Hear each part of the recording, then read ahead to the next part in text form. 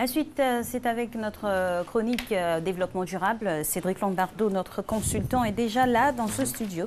Il s'habille de son micro, même pour l'heure. Voilà, on part toujours dans le giron de l'environnement, des énergies renouvelables pour un élément vidéo de l'AFP, les principales énergies renouvelables.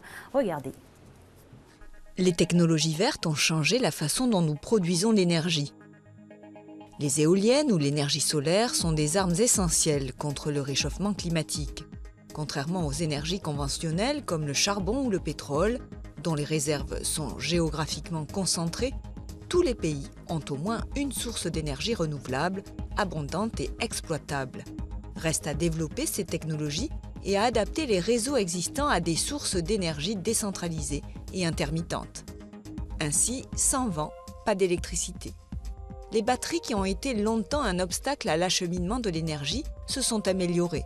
On sait déjà produire industriellement des batteries de plus en plus endurantes pour véhicules électriques. Prochaine étape dans quelques années pour les piles à combustible à hydrogène.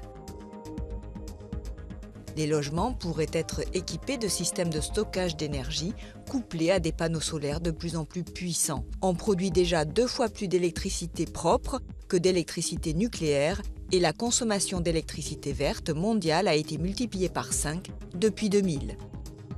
Les progrès technologiques et la baisse des coûts de production de l'énergie solaire ou éolienne, ainsi que son stockage, ont entraîné une augmentation de la production de l'énergie verte à l'échelle mondiale. Des experts prévoient que la baisse des coûts des voitures électriques, combinée aux énergies renouvelables, pourrait ralentir la demande pétrolière d'ici 2020.